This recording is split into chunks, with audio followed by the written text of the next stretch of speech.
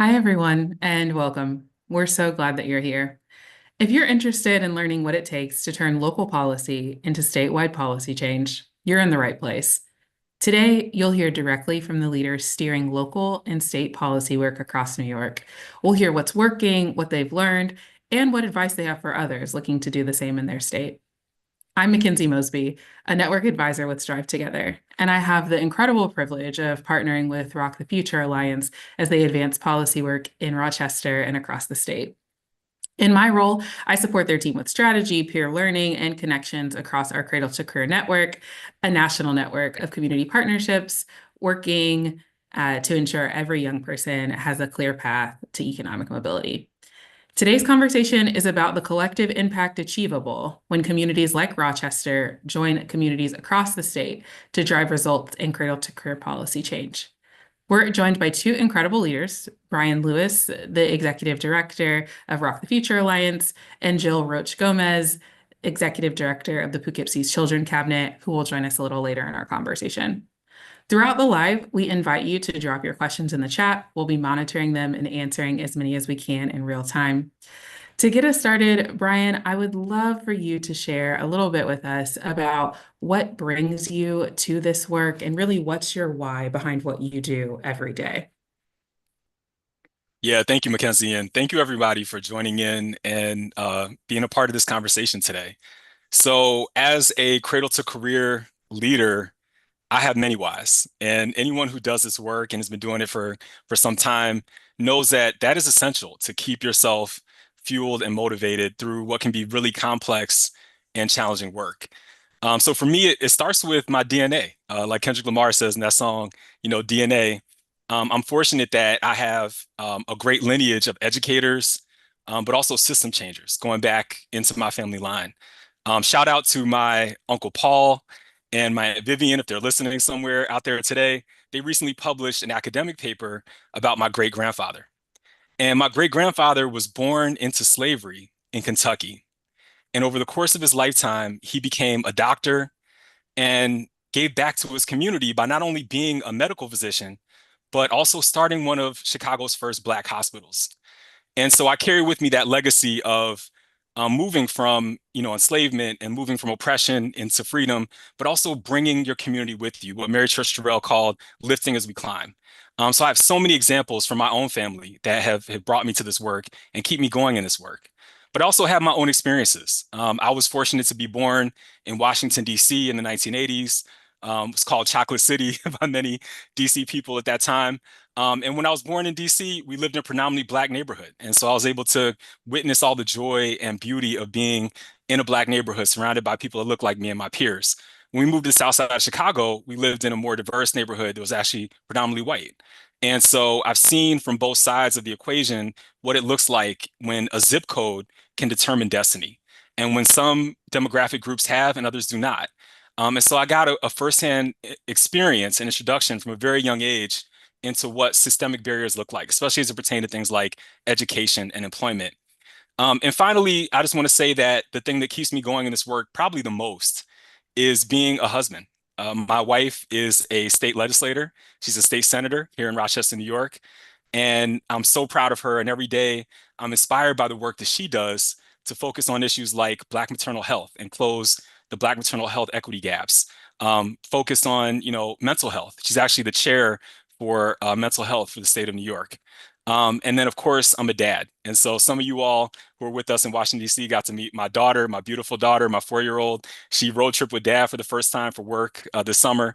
And I have an 8-month-old son as well. And so those are my biggest drivers that keep me in this work.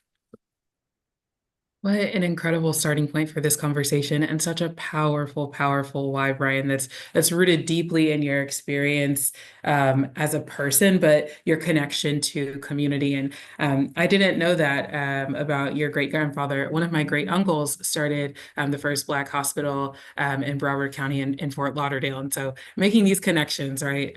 Always this work is about relationship and deep connection.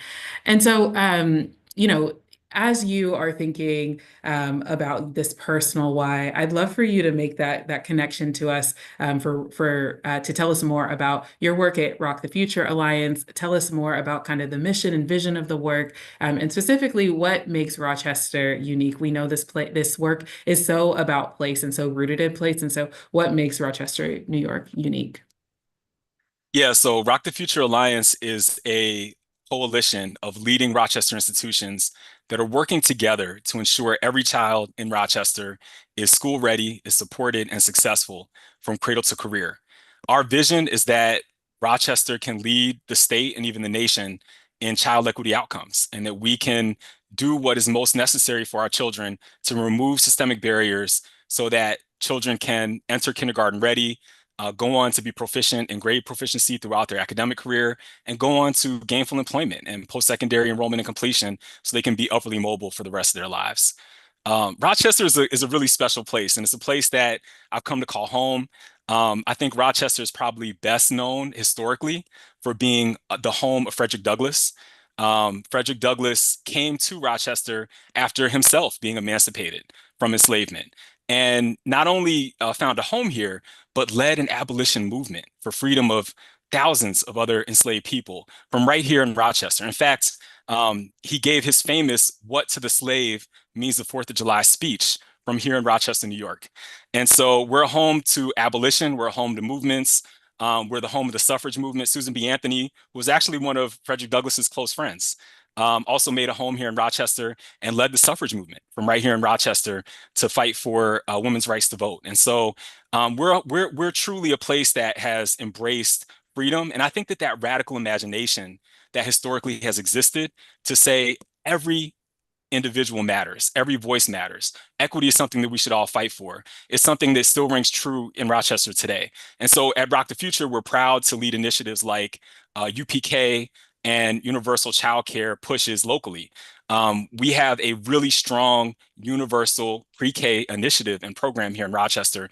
For many years, we've been at more than 90% attendance and enrollment. And ROC the Future has played a critical role in helping to ensure that not only are seats available for every family that has preschool-age children in the city of Rochester, but that those seats are filled, and that we're getting the word out and connecting people in communities to the resources that are available to them around pre-K. Rochester is also really proud to advance things like guaranteed basic income. We had a powerful guaranteed basic income pilot that just completed. We're still unpacking the learnings from that. But that has also led us to do things like, and a big shout out to Rochester Mayor Malik Evans for advancing the universal kindergarten savings account that we've recently advanced, and ROC the Future played a role in helping to enroll out so that every child in Rochester could have a savings account that they could build on from kindergarten into the rest of their lives and have critical resources available when they enter college. Incredible. And my reflection from your response there is really that y'all are not new to this work. Rochester is true to this work. You all have been at this work for not only decades, but centuries, right? And it seems like ROC the Future Alliance is kind of the newest iteration of what kind of freedom work will look like in the community. So thanks for sharing a little bit more and kind of just orienting us to the context of ROC the Future Alliance, but also the geographic scope that you all are working in. So we heard a little bit about your background, and you kind of invited us into a look into your family and gave us some context about your wife, the state senator and chairperson. But I'm curious, was there a moment that you realized and that your team realized that it was essential for ROC the Future Alliance to engage in local policy work? And as you all have been doing this work, who have some of your key partners emerged to be in the local policy work? Yeah, that's a great question. So I should start by saying that from the beginning, and I think you hear it in some of my why and my story, I've had an orientation toward policy. I think one of the things that struck me as a young person, learning about people like Frederick Douglass and Susan B. Anthony, is that they seem to be heroic. They seem to be larger than life. And they were in many ways. And their grit and determination, rings true. And they were not only impacted by policy shifts and change, but they became movers of policy. They understood that in order to achieve equity results at scale, we had to move the needle on policy. So from a very young age, I've been drawn to this understanding that we had to change laws, we had to change statute in order to make society more equitable. And I've always been passionate about equity and freedom for my people and for all people. But at ROC the Future, it really started with my understanding of the previous work I did before I got to ROC the Future, which is I used to lead diversion programs in New York City. And so before we moved to Rochester and I got started in this work a little more than 3 years ago, I was leading initiatives to help young people exit carceral facilities in New York City, Rikers Island, Horizon Crossroads facility, into the workforce and into education and career.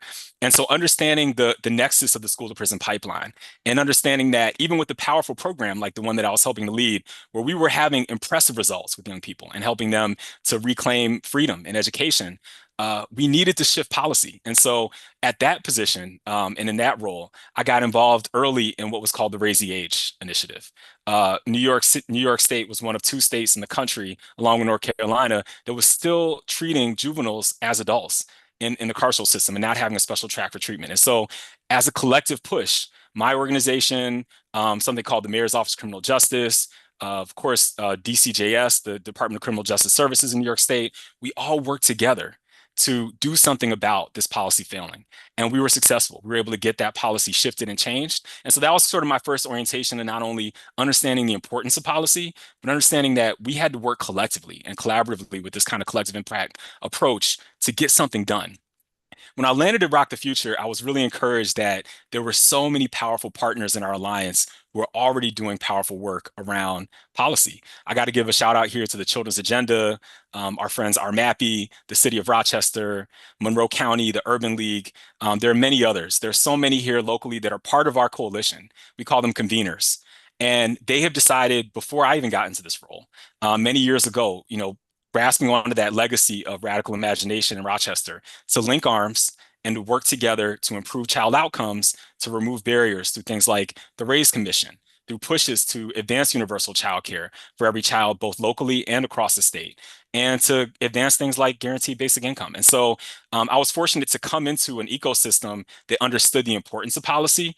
And so when I started to embrace that for the organization as part of our strategic direction, and we set our key result area goals, we knew that policy was a critical piece. So when I came to the organization, we were a strong organization. We had a good reputation. I'm the third executive director, but some things that we lacked, we did not have a common agenda.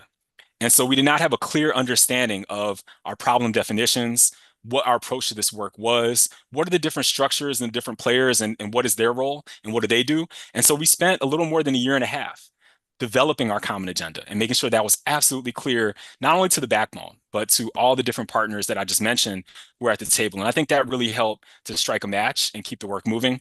The other thing that we did that was really critical when I came in was to set some strategic key result goals. And so I think a lot of times at ROC the Future, previous to this, and anyone who does collective impact work will know, it can be hard to not boil the ocean. We talk about cradle to career. There's so many different entry points and ways to lean into the work. But I think as a discipline, it's important to tackle an area or a couple of areas at a time so that we can show success and we can build results through wins and amplify those wins over time. And so we set some key result areas around kindergarten readiness and wildly important goals around that, around literacy. I'm probably most excited for Rochester about the literacy goal because Frederick Douglass once famously said that his first and most important act of liberation was to learn how to read. And so, and he talks about, to paraphrase in the autobiography of Frederick Douglass, once the slave had learned how to read, once he had learned how to read, you could no longer contain that slave, right? You can no longer be enslaved, even physically in physical form, because mentally you are free. And what can you do with a mentally free mind, but be liberated?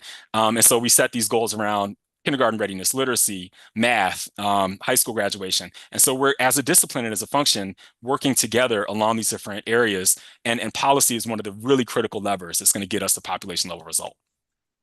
Absolutely. I think two things that I want to pull out of what you named from your experience in the diversion work. Policy was that key lever to deepen you all's impact, right? You had this incredible program that was, achieving results, but understood that without pulling that policy lever of really changing, okay, how are we treating youth? They're still, being sentenced as adults, right, we are not going to make the impact that we want to see. So there was a deepening of impact that you used that policy lever to do. And then the other piece that I want to pull at is that there was an existing coalition, right, of key players in Rochester, but there was a unique value add of ROC the Future Alliance joining that coalition, right, and the work that you all contributed to that coalition. So I'm just struck by you don't have to always be kind of the lead to create the space, but there is kind of a unique contribution here for place-based partners to do in that policy work.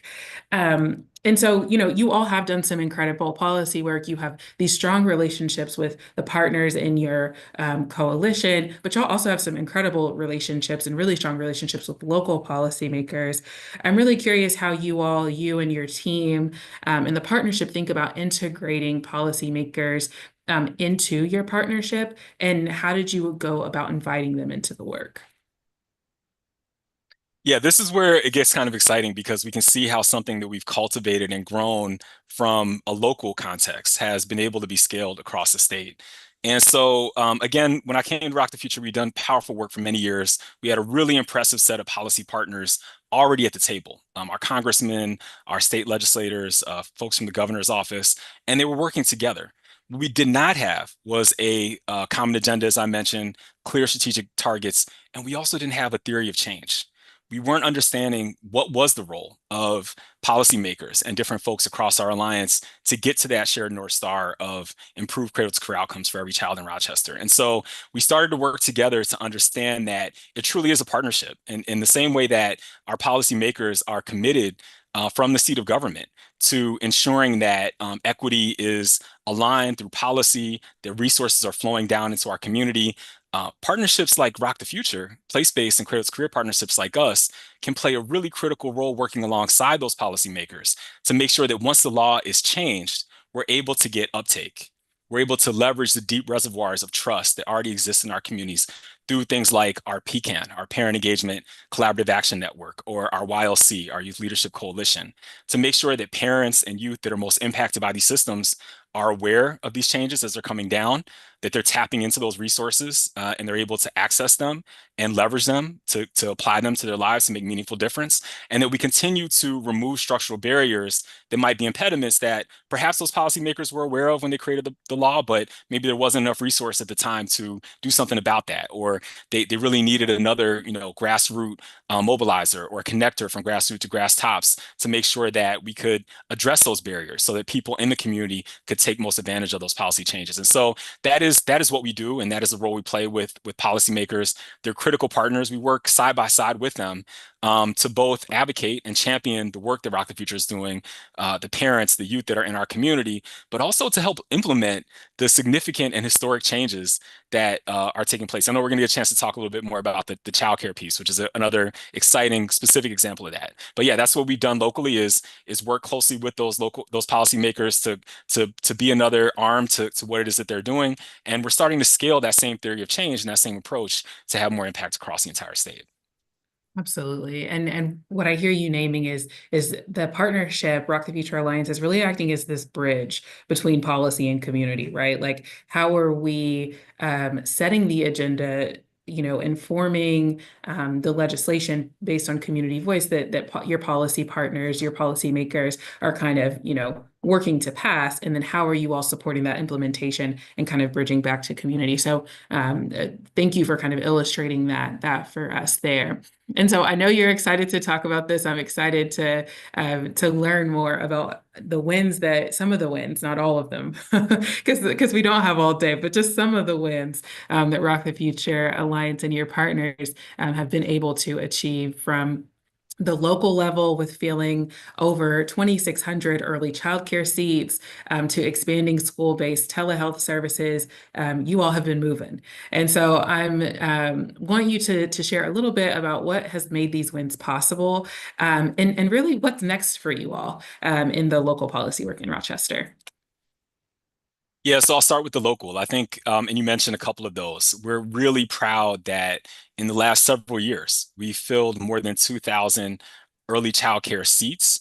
Those are UPK, EPK, and childcare seats that would have went vacant were it not for our mobilization and connection.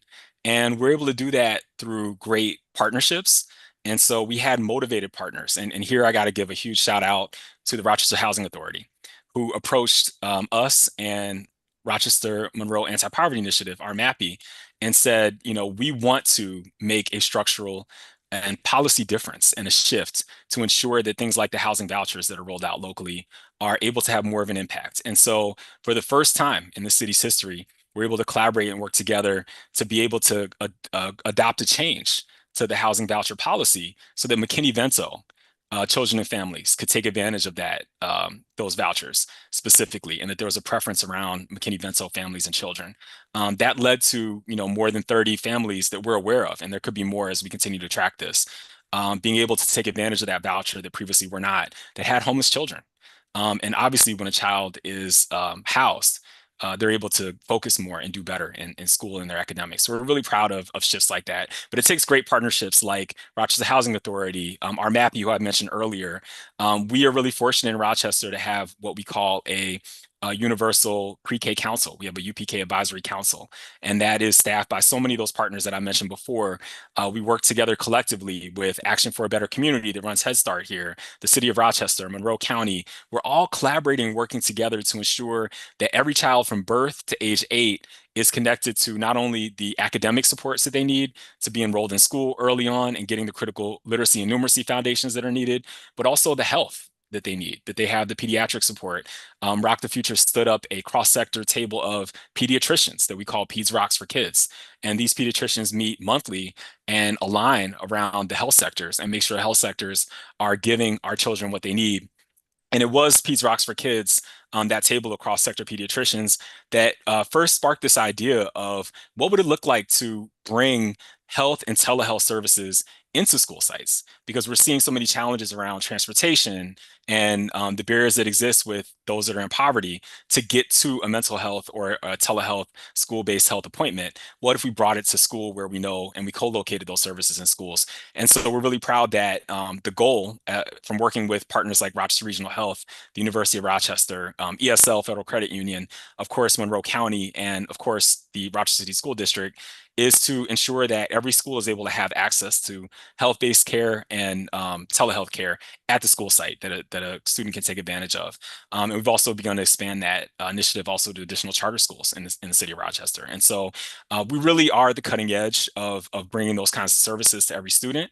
And students are beginning to take advantage of those things. But again, it doesn't happen without those partners mobilizing and seeing the need and recognizing that minus those kinds of interventions, they're not able to effectively do their jobs of reaching every student or providing the kind of health provision and services that are really necessary in our community. At the state level, some of our wins locally are some of the statewide wins that we're really amped and excited about. Many of you are probably aware that in the last budget cycle, Governor Hochul announced that universal childcare was going to be a priority for New York State. Historic investments have already been made, including a $66 million investment across 3 counties: Monroe County, which is the county where Rochester, New York is based, Broome County, which is another partner county to us not far away, and of course, Dutchess County, where my friend Jill Gomez leads Poughkeepsie Children's Cabinet in Poughkeepsie, New York. And so we were really proud that we helped to support and contribute to that work that led to that historic investment. And we're hopeful and excited to play a role with our county government partners across those 3 counties to play a role in implementation. Because as I mentioned before, it's not just about getting the investment at the state level passed. It's about implementing to fidelity, making sure that we're able to take the learnings from these 3 counties where this historic investment has been made and scale it to every county in New York so that we can truly get to a universal childcare system where every child is able to have childcare, and probably most critically, parents are freed up so that they can focus on employment and career. So we're really excited to have that early win. And we're continuing to advance some additional work at the state level. Jill will tell you a little bit more about the high impact tutoring initiative that we've worked on together, and that's an exciting story as well. So I won't get as much into that, but we've had a couple of really exciting wins at the state level as well. Incredible. And really pulling that thread of how do we move evidence backed practice into to scale it and spread it across the state, and policy is a really effective lever to do that. And I think that's what I keep coming back to as I'm listening to you talk about the work in Rochester. Well, before we add Jill to the conversation, would just love to hear, Brian, what's next for Rochester and its local policy work? What are you all thinking about as we head into 2027? Yeah, so and I should also mention too, and I know Jill will flesh this out a little bit more. We do see ourselves as civic innovators, but also reflections of civic society. And those who are in this work have often probably heard the term civic infrastructure. And so we just take that as, we are a reflection of the democratic values and ideals that we're seeking to grow into here locally. And so when we think about the current issues that we focus on, we've done that through a democratic process. And so we started out with a slate of about 8 issues, and all of our partners brought these issues to the table. Ourselves and our friends at the Children's Agenda and our friends at the YMCA Greater Rochester fleshed out some very brief policy points about those different issues. And then we brought it to our local coalition and we brought it to a vote. And of those 7 or 8 issues, we boiled it down to 3. And so those 3 issues that we voted on based on an overview of all the issues that are probably most pertinent to our children, the 3 that have risen to the top currently are universal childcare. And so we're going to play a really key role in advancing universal childcare locally here in Rochester and working with our partners from Office of Children and Family Services, Monroe County, the Empire State Campaign for Childcare, Children's Agenda. So many others have been working in the space to make sure our MAPI, to make sure that we advance that work and bring it to fidelity. The second one is early intervention. So again, here it's kind of similar to the work that I used to do at with Diversion. New York has a not so proud data point on this. We are one of the bottom states in the country in terms of early intervention assessment wait lists. And so this creates critical gaps so that children are not being assessed for additional need and additional supports, especially those children that are Black, brown, and low income. And so we need to move from the bottom of that list to being one of the fastest and one of the best in the state. And so, again, we're going to play a critical local role in supporting things like the Kids Can't Wait campaign that have been working on this issue for years to make sure that we're able to do something about early intervention. And then the third one is pre-K funding. One of the other historic wins in the last budget cycle that ROC the Future is also very proud to advocate for, along with our local policy partners, was to expand pre-K funding. And so part of the way that we see the linking up of and the creation of this robust universal childcare system that we're going to need from 0 all the way to 8 here in New York is to strengthen our pre-K system. And we do have universal pre-K for the first time in statute for 4-year-olds. As of the last budget cycle. And we're really excited by the year 2028. We're going to make sure that every district that does not currently have pre-K, because not every district in the state of New York has pre-K, like Rochester's really powerful pre-K system, will have it. And so we need to make some additional investments. We're going to continue to focus on some of that investment has happened in New York City. And we're really excited about that. How do we make those investments even and make sure that places like the other big 5 school districts, Syracuse, Rochester, Yonkers, Buffalo, are able to get the additional pre-K funding that they need, and of course, rest of state. Like we said, our vision and goal is that every child in New York State will have high quality pre-K to make sure they're kindergarten ready. And so those are our 3 big issues locally that we'll be working on. At the state level, I'll talk a little bit later about our state policy agenda and what we're looking ahead to there, but we're really excited to advance those issues locally. Yeah, and it sounds like y'all have a full plate and agenda, but are equipped with all of the right elements to be able to make that movement. You have a strong slate of partners walking alongside of you. You all have the data backing, that shared messaging, right, to really do that work together. So excited about what's to come for Rochester. Well, as we transition to the second part of our conversation to really think about moving from that local context to the statewide conversation, I'd love to zoom out and really talk about that state level policy work done in partnership with the New York State Policy Coalition. And so we'll invite your co-lead in that State Policy Coalition to join us, Jill Roach Gomez, the Executive Director of the Poughkeepsie Children's Cabinet. Jill, thank you so much for taking time out of your day to join us in this conversation and to just give us a little bit more context into the incredible work that you all are leading in New York State. So, if you don't mind, do you mind sharing just a little bit about yourself, your connection to this work, and again, what makes Poughkeepsie unique? Sure, thank you. And first of all, thank you so much for inviting me to be here. And Brian, thank you so much for inviting me. I'm so excited to learn more about Rochester. I mean, you and I talk almost every day, and I was still taking notes as you were talking about the work that you're doing. It's just so much to learn.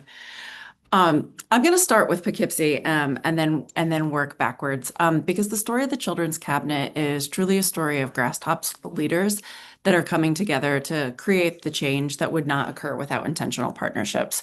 So we're much younger. We were unofficially and formally founded in 2019, right before the pandemic, by three young professionals that had graduated from high school and gone to college and then out into the world and done some really incredible things in education field and journalism field, community organizers. And then when they came back in 2017, 2018, they really wanted to understand why the changes that they were seeing across the country and even internationally weren't reflected in what was happening for young people here in Poughkeepsie. And so they were able to bring together a group of about 25 civic leaders and host a convening where the former mayor and the former superintendent came together and they said, yes, we will join forces because without this intentional partnership, we're never going to make official change. And I think that the way that different systems are set up, I mean, just to start right off the bat with systems, but the way that political systems are set up in our country, if you are the mayor or leader of a small town, you are not incentivized to stand hand in hand with the superintendent or the district. Those two systems are separate, and for those of us that are in, underperforming districts or low-income districts, it can actually become a political issue if an elected leader is aligning themselves with an underperforming district.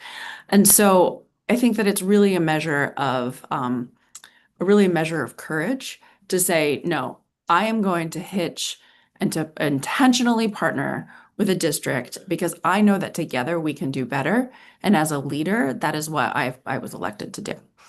And that founding mayor also shared with me that one of the things that really shifted the way that he thought about this work was the statistic that he learned at that initial convening that students spend just 20% of their waking hours between kindergarten and 12th grade within the school. So if you think at it from that perspective, I mean, we are asking schools to do so much. We are asking schools to feed children. We are asking kids to provide the mental health and social emotional resources. We're asking schools to be a hub. Now, schools are uniquely set up to do all of those things, but they cannot do it alone. They are necessary, but not sufficient. And so the Children's Cabinet is really thinking about how do we take all of the resources of civic society and push them into the school. And instead of just offering things, really partner and say, what do you need? What would actually help? You are the closest to the children. What are the children needing that is going to change the outcomes and the trajectories of socioeconomic mobility? So in Poughkeepsie, over time, we've developed a strategic plan and a North Star that we're all fully aligned behind. And that is that by 2033, we are working to put 5,000 youth on a pathway to economic mobility. We joined the StriveTogether network in 2024, and we adopted the 7 StriveTogether benchmarks from K-readiness all the way through thriving wage employment as our predictive indicators of whether we're on target to moving the needle for youth being able to move forward socio and economically. So the idea of a North Star vision and that we're all doing our part to roll up and achieve it, it requires making space for others at the same table and thinking like who really is in the best position to take on this particular challenge. I think sometimes when you get 20 leaders in a room, that can be difficult. And so that's another reason that I'm always so humbled and inspired by all the leaders in Poughkeepsie, because even though it's difficult to have those conversations, they do it. They show up for all of our leadership council meetings and engage in real, authentic conversation. In fact, we just had a leadership council meeting this morning, and we had a presentation, and there were folks that were asking questions. And one of our community leaders raised their hand and said, I think that instead of asking questions about why this is not happening, we should all be asking questions of how can I help shift this number? And it was so beautiful because it was an explicit restatement of why we were in the room, right? That is why we come together. We don't come together to pick apart each other's numbers. We come together to figure out what the role is of our own organization. We know that as organizational leaders, we all have to manage to our own outcomes. We all have to manage to our own bottom lines, but that can't be 100 or 90 or 75% of the work that we do.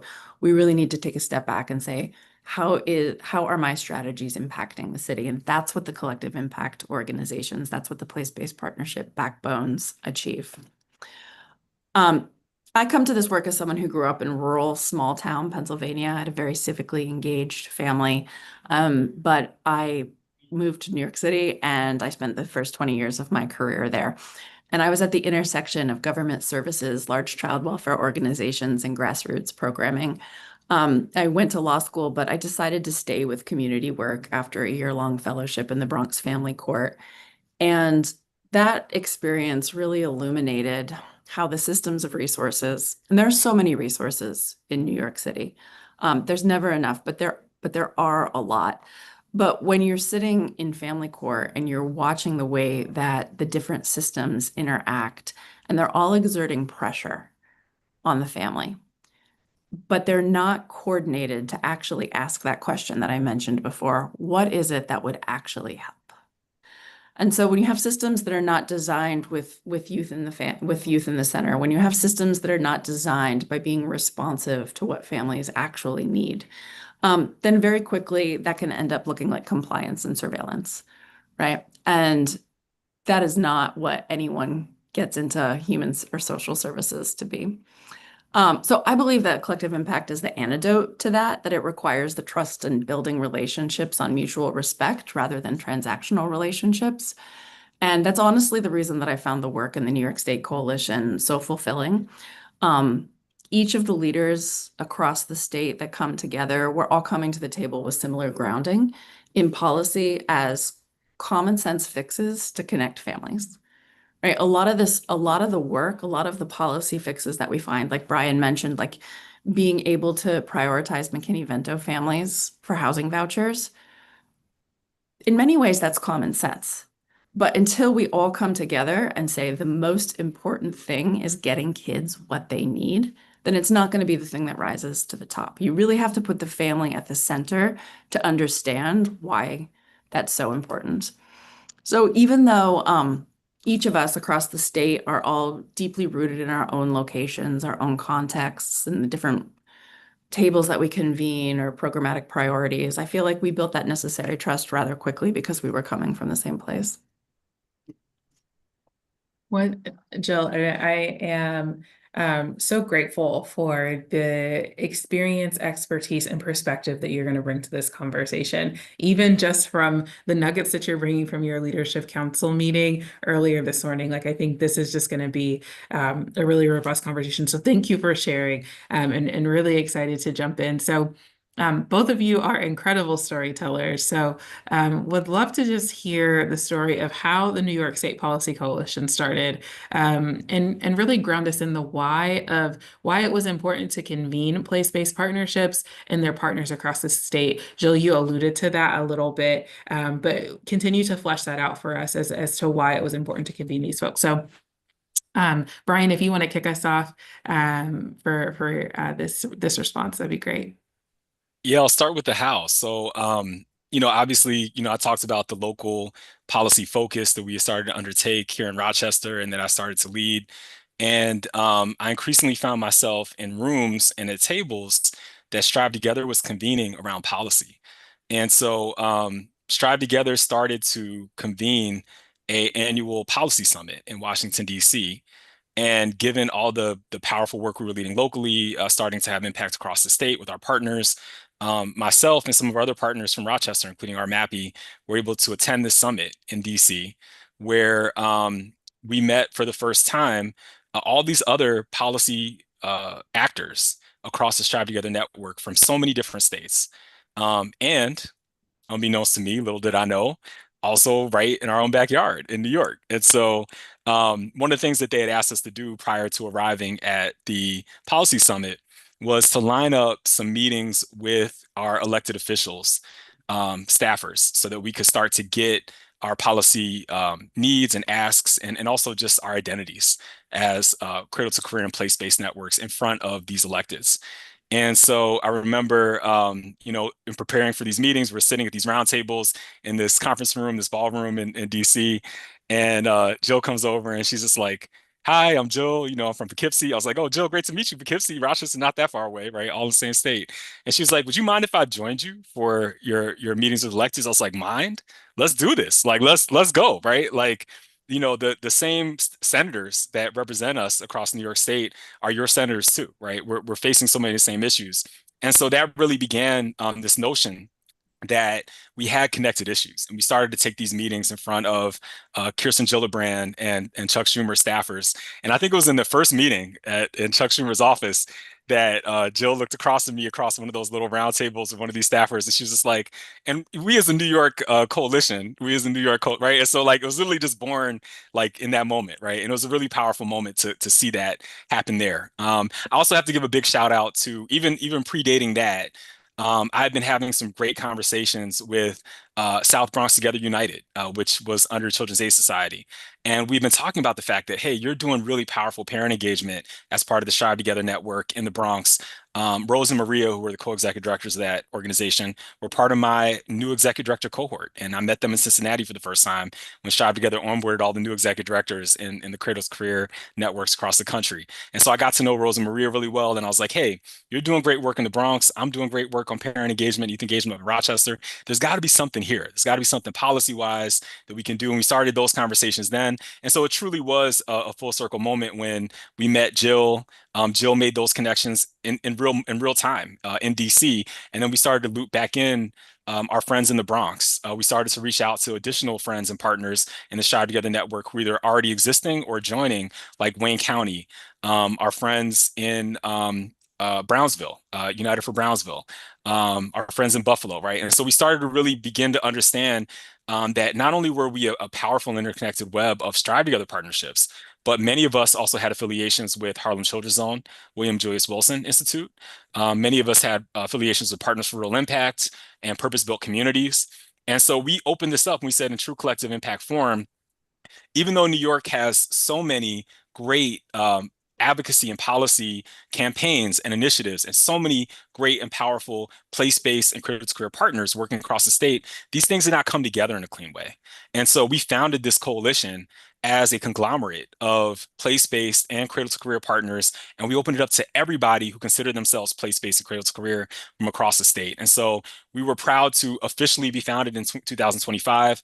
We decided we are going to have virtual meetings because we're all from different parts of the state. And people might not know this if you're not a New Yorker, but New York City is not exactly close to Buffalo, right?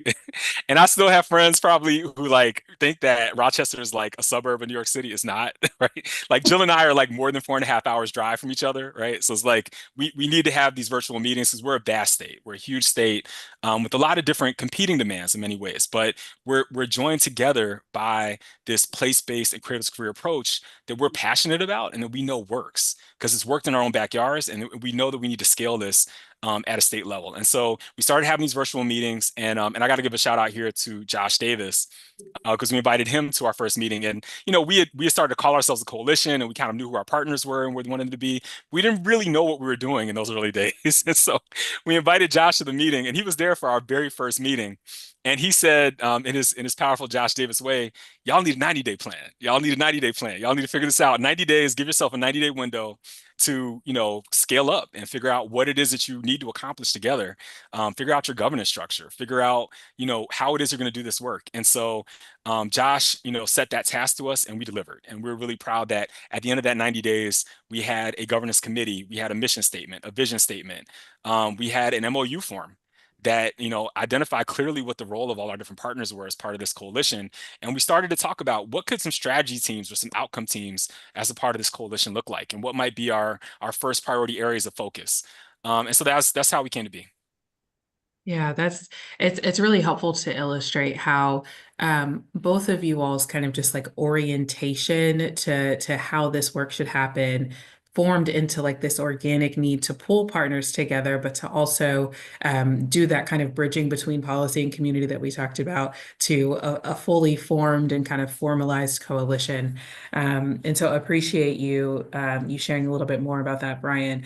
Um, Jill, really curious, what issues is the coalition aligning around? Brian, you talked about kind of the vast space that New York occupies. I am one of those people who thought that I could go from Rochester to New York, like just, quickly when I was visiting you all in May and found out that it was a 5 hour drive, so had to get on another plane. So, New York State is huge. And so how are you all, thinking about the issues that you're aligning around and how are you balancing kind of that local context to setting this shared statewide agenda?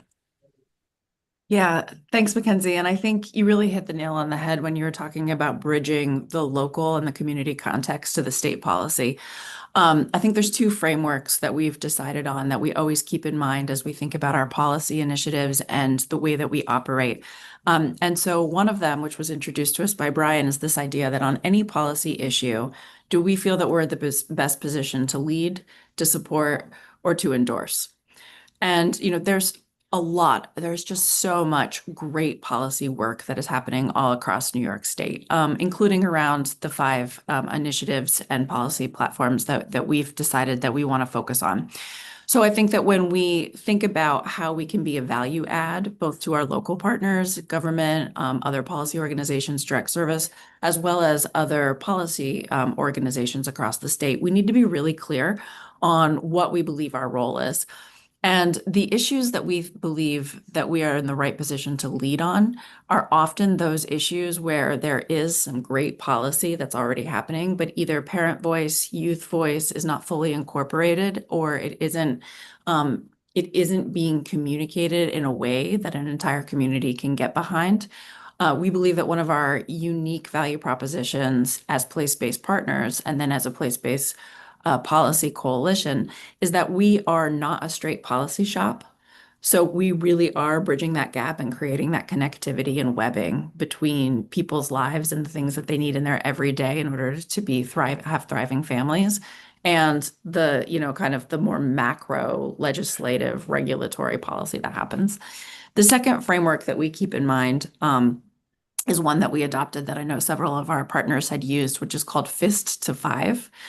The reason that I personally love this is because I have always felt very conflicted between, you take a vote and half plus one carries the day. And that doesn't mean that it really was the best policy or decision. It just means that it had half plus one.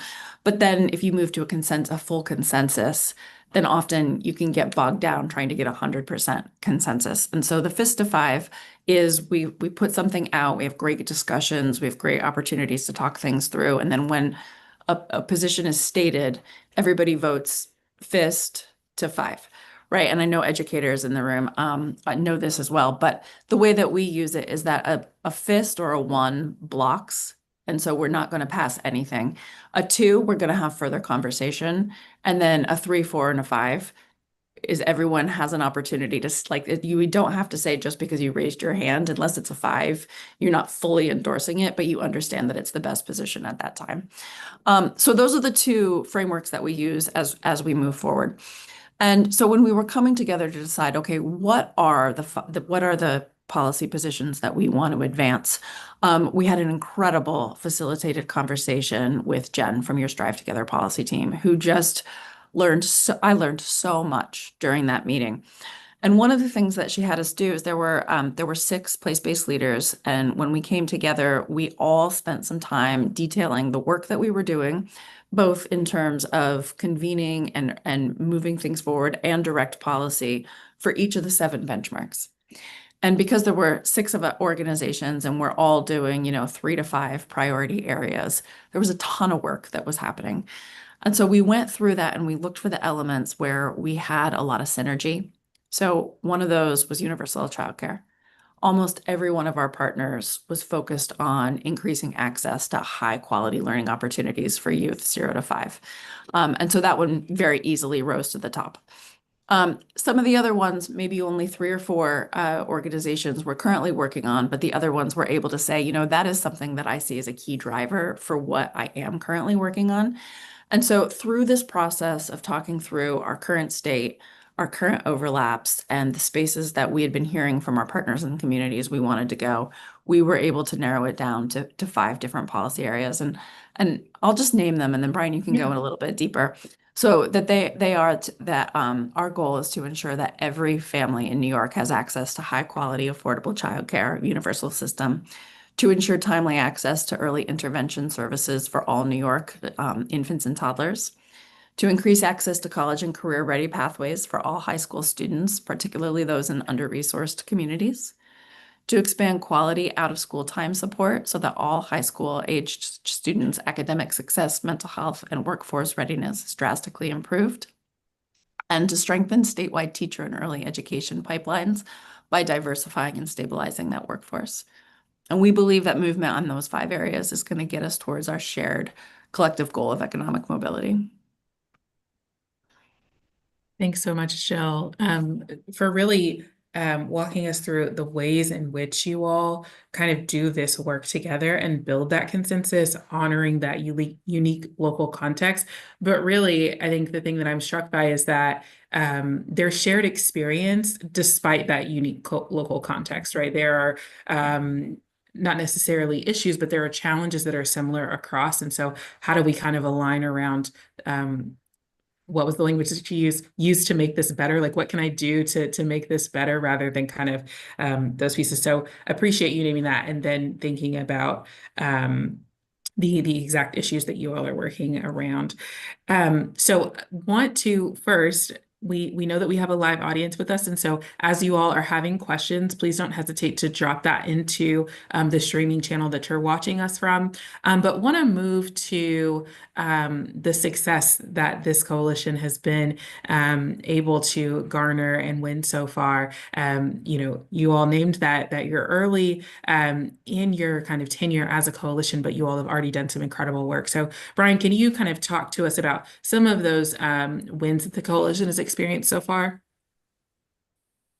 Yeah, I'm happy to. So I already talked about the universal childcare pilots, and I can't say enough about the significance and historic nature of these investments. More than $66 million over 3 years across these 3 counties.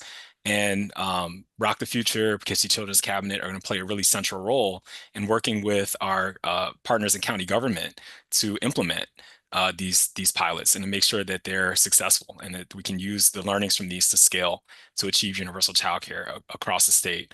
Another critical win was Poughkeepsie was working with a national organization called AMPACT to use a high impact tutoring program in the Poughkeepsie School District. And they work very closely with AMPACT to deliver some impressive individual gains for students around literacy and math that we're scaling to population level success and outcomes. I've heard good things about this program, and on the invitation of Jill and also Katrina, who's running the Impact program in New York State, I drove on a snowy night on that New York Thruway. I thought I might wipe out a few times. Anyone who's driven on the New York Thruway in the wintertime, especially at night, it was a little perilous drive, but I knew there was an important destination at the end of it, which was to see this program in action and to see if this is something we might want to bring to Rochester. And it was powerful. And then I saw gains happening in real time for students. And I'm glad to report not only have we brought impact and high impact tutoring to Rochester and piloted that after that initial meeting last year, but we got some dollars in the state budget to support impact tutoring for the first time in classrooms. And so we're really excited to play a role in continuing to get additional investments to ensure children's numeracy and literacy proficiency is being scaled. We're really proud of those initial wins. We know that there's a lot more that we can do with our really powerful and great partners. I talked about our county commissioners of human services that work so closely with both Jill and I. So big shout out to them if they're listening or on. I also want to give a big shout out to Vanessa, who is the executive director for the Council of Children and Families for the state of New York. She's been such a great critical partner from within state government. Her and her office of the Council of Children and Families are really doing the work from inside government that we're doing on the grassroots and on the ground, and that is convening partners. And so at Vanessa's invitation, we were able to present to almost all of the agencies in New York State that have an impact on children and families' outcomes. And that presentation was so impressive that at the end of the presentation, they were asking why we're not working together more already, and how more can we integrate this place-based and cradle to career approach into the work that they're already doing to ensure children are educated, that they're getting the services and benefits that they need at the ground level, whether it's health or human services or Office of Children and Family Services. So a lot of great work and wins have happened already, and we know that there's more on the horizon. Yeah, that's it's inspiring to hear how you all have moved quickly but intentionally from this kind of building stage to impact, and really being able to show how you all have scaled practice across the state, but also engaged policymakers in your work in a really real way to where they're seeing the value add of your contribution to that space. And I think to that point, Jill, would love for you to tell us a little bit about, in those conversations that you all are having with statewide policymakers, what language has been particularly successful when seeking kind of alignment with state policymakers? What have you learned, or what lessons have you learned about how to talk about this work with some of those policymakers? Yeah, that is really a great question. And it's one that actually me and my team spent the last year thinking more deeply about and continue to. Individual stories matter, particularly with policymakers. They want to understand how different policies are impacting the individual families that live in their districts. Also, from an impact point of view, we want to make sure that we're making data-driven decisions and that the policies that we're encouraging or that we're championing are really grounded in data that reflects people's experience. And so I think that one of the things that we've been able to talk about is, right now we're having such a crisis of affordability, right? And that affordability is seeping into every area of our lives. And so when we talk about childcare, when we talk about out-of-school time programs, when we talk about going to college, so much of it is really boiling down to cost and the need for greater thriving wage jobs. And I found that when we're talking to our local policymakers, and similar to Brian, I've got some incredible local partners, our local state senators, our county executive, our commissioners. They just have done an incredible job of, managing this storm right now. But one thing that I would say is that when we are building out data and then we are connecting it directly to dollar amounts that are people's experience, right? So when we're talking about economic return and we have this big number, but what does that actually boil down to in a number that people can understand? So we talk a lot about thriving wage jobs. And so we can talk about, median incomes, and we can talk about county AMIs. But what people really want to know is how much per hour and what kind of jobs are going to get us there.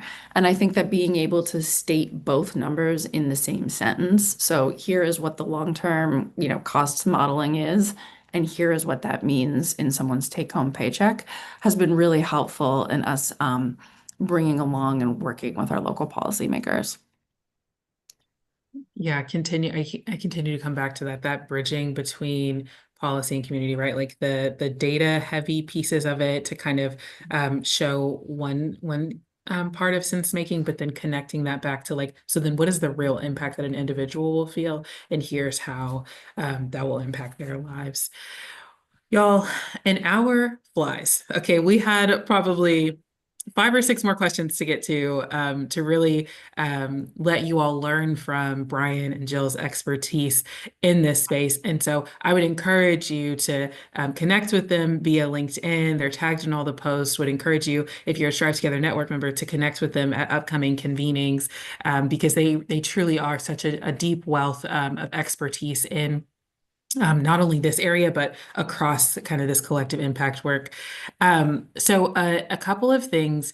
Want to ask you all for a piece of advice that you would give to folks who are just starting this work. But before we get to that question as our closing question, we actually have some fellow New Yorkers who are currently watching the stream. So shout out to those folks. But this question is from Kai or Chi on Facebook. Sorry if I'm mispronouncing it correctly. But she says, "Hello, Brian and Jill. I'm a Rochester resident with school-age children. How can I connect and get involved with the New York State Place-Based Coalition?" So before we jump into those last pieces of advice, would love for you all to share. Are there ways that folks who are in New York can get engaged with the coalition? Yeah, there definitely is, Chi. Thank you for your interest. Nothing moves in our community without parents. And our vision, as you've heard, is that nothing's going to move in this state without parent and people power. And so we do want you, we need you. Please shoot me an email. You can go on our website, rockthefuture.org, and there's a contact me button there. As Mackenzie mentioned, you can find me on LinkedIn. I'm in the community a lot too. You might see me with my daughter at the playground or something. But yeah, definitely reach out. We'd love to have you join that policy work group and also just get involved in larger infrastructure of the Parent Engagement Collaborative Action Network. It's something that we would love to have you be a part of and leading. Okay, well, listen, if we've done nothing else, we've gotten Chi connected to the New York State Policy Coalition, and that in my book is a win. Well, okay, you all, let's get to this one piece of advice. You know, you all have been doing this work, steering this work, guiding this work. And if there was one thing that you would want folks on this call to commit to as they're thinking about establishing or refining a policy and advocacy strategy to strengthen their cradle to career work, what would that one thing be? Brian, you want to kick So us off? Yeah. yeah, I'll kick us off, and I'm going to bring it full circle from the links to my great grandfather who was enslaved to Douglas. And I think I dropped some different technical things throughout this webinar that you could take and talk about, from the 90-day plan to, the Fist of Five that Jill mentioned, right? And so we gave you some technical aspects there. But I think just a reminder that if you're going to do this in a collective impact way, and I think we're making an argument that that is a really powerful way to address policy and to help advance it, then it's really crucial that you do that from a moral standpoint. And so Jill and I were really fortunate to be a part of a fellowship recently that we got introduced to this idea of moral ambition from Dr. Cornell Brooks, who used to run the NAACP. And I can't shake that idea. And when I think about people like Frederick Douglass, Susan B. Anthony, who I mentioned in this talk, people like my great grandfather, they're not only changing policy and investing in their community directly, they're making a moral case for why it is that certain segments of society that have been left out, that are being left out now in real time, need to be centered. And I just keep coming back to that. I hear that in Jill's comments. I see that every day in this work. I love that it was a parent on this call who said, "Hey, I want to get involved," right? And you were at the center of this work. Me and Jill, as much as we can, try to recede to the background and put parents and youth and impacted folks impacted by these issues front and center, because that is the moral obligation and the moral ambition that we need to show in order to get to a better place and get to another side where these massive investments and these massive policy needs that we do have to advance right now and push can actually make a fundamental difference in people's lives. So just think about the moral ambition that is needed. Think about how it is so essential that even if you get great policies passed and you get dollars added to investments in things like childcare or after school, that you have to have the impacted people at the center of that push. And I think there's a really strong moral case for that. An incredible call to action. Jill? That's hard to follow, Brian. But I think that I'm going to continue on that vein.